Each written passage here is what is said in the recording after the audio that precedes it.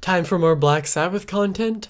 I think so. Yesterday I reacted to Black Sabbath's Black Sabbath off the album Black Sabbath, obviously the first song on their first album, obviously coming from the band Black Sabbath. And if you're wondering, I don't have a Black Sabbath album behind me because somehow in the hundreds of CDs I have in my house, can't find a single one, but there's some Ozzy, so there you go. I'm talking about the Ozzy era of Black Sabbath today because I'm gonna listen to Master of Reality for the first time ever. Now, I don't even think I know any of the songs from this album.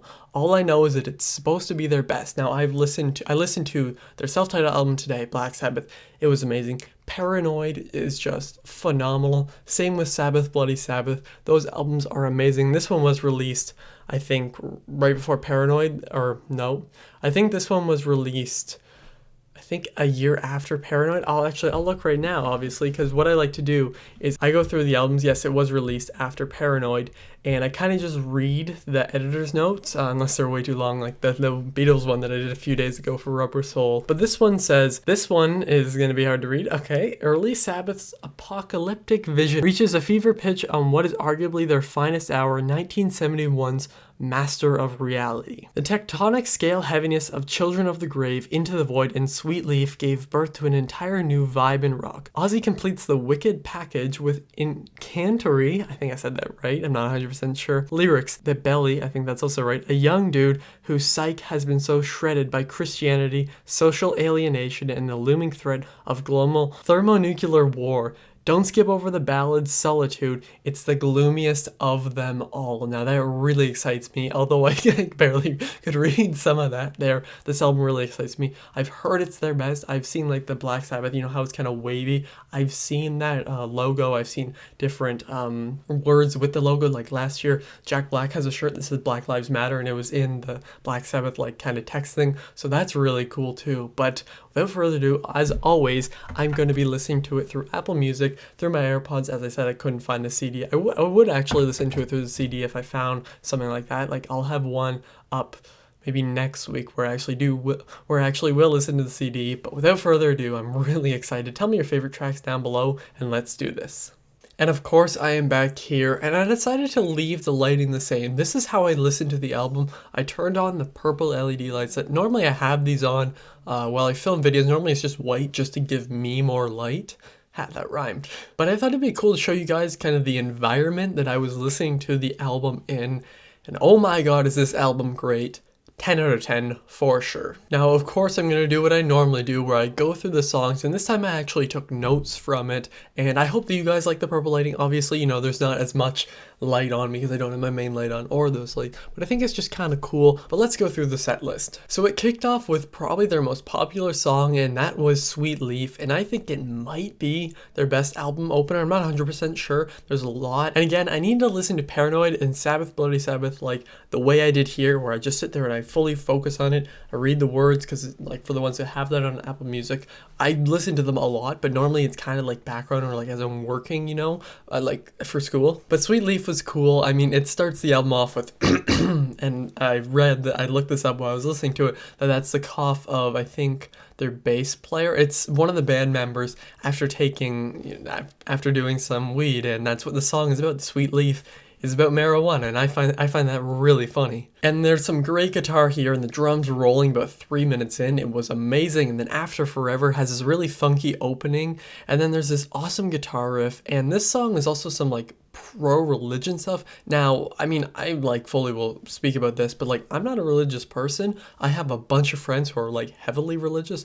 I'm not a religious person. I wouldn't really call myself an atheist because then it makes it sound like I belong to a group of people. But if you're religious, good for you. Like it does not bother me. And everyone like really in their first few albums were like saying that these people were like devil worshippers because I mean like look at the lyrics of Black Sabbath, like the first song of the first album that I talking about yesterday. Yeah, anyway, it was kind of about like this figure in the dark and all that. Whereas this one, kind of obvious. There's this quote that I saw on Song Facts, and it says, "It was just a bad time in Northern Ireland, setting bombs off in England and such. We all believed in Jesus, and yet we were killing each other over it. To me, it was just ridiculous. I thought if God could see us killing each other in his name, he'd be disgusted." And also to kind of stray away from the meaning of it, I love the guitar start around like 3:30. It was going like like through my headphones. Absolute headbanger this song was. And Embryo was a sick instrumental break for like 28 seconds, I think it was. It was just cool. Didn't feel out of place. It felt like kind of necessary to kind of break up some of the just incredible songs with like just these little moments. It was really good. And then Children of the Grave is probably the most popular from here, and it might be my favorite. I think I'll leave it to second place. I'll tell you which one's my favorite, don't worry. But by the opening, I knew it was going to be one of the best. I'd say it's my favorite headbanger on the album. I refer to songs as that. I mean, you obviously know what it means. It's pretty self-explanatory, but it's a great workout song from the opening, and it has one of my favorite guitar riffs ever, and those drums or bongo things, whatever you want to call them, really cool, and kind of the fade-ins and fade-outs were really cool, and at the end where like there's that whispering in your ears, that was really funky. And then we go into Orchid, which I think I'm saying that right. I feel like I'm saying that right. I could not be, but it's really quick and it's really sweet. The guitar is really impressive to me. Like, again, I'm trying to learn guitar, so anytime I hear like really fast guitar, I'm like, damn, that's really good, and that's how I felt listening to this song. Again, really good, really nice little like small placement on the album. And then Lord of this World, this album has some of my favorite guitar and rock vocals of all time, and this song is a great example of it. Apparently this song is about Satan's view in the world. I read that on Song Facts here. This song, along with Orchid, is about Satan and how he becomes Lord of the world due to sinners. The song is said in Satan's point of view. A great song. I agree, it's probably in my top 3 or 4 of the album. I mean, the album is flawless though, in my opinion, like 5 out of 5 stars for sure. I think you can also kind of tell with like lines where it says like evil possessor, it is obvious, and I kind of appreciate that. Even like, again, coming from someone who's not religious, it's cool to hear that perspective, you know. And I mean, I respect everyone who's religious. You're right to believe whatever you want. And then we have Solitude, and it's a really kind of slow and meaningful ballad, and it's my favorite song from this album. I think Ozzy's vocals, this is some of his best work, and it's so different because he like toned it down kind of. He kind of held back. There was no, oh God, help me, like there is on like the first song, you know, or has he lost it? There's none of that. It's a slow song, and it's, I mean, this one where like the meaning is really obvious, but it's kind of, it's saddening and it's really beautiful. It's about kind of the hole you go into after a breakup, kind of the depression you can feel, and that's obvious with the lyrics. It was my favorite song on the album, and I feel like a lot of people love this one. It may not be your favorite, and I feel like there is a bunch of people out there who were like, oh, I don't like that song. Why is this slow song on my hard rock album, like my metal album? I really appreciate when big rock bands kind of do more slower or acoustic songs. Like my favorite Guns N' Roses song is Patience, an acoustic song from a really hard rock band. I think that says enough. And then Into the Void, it kicks right back here into the heaviness, and the song is a perfect way to end the album.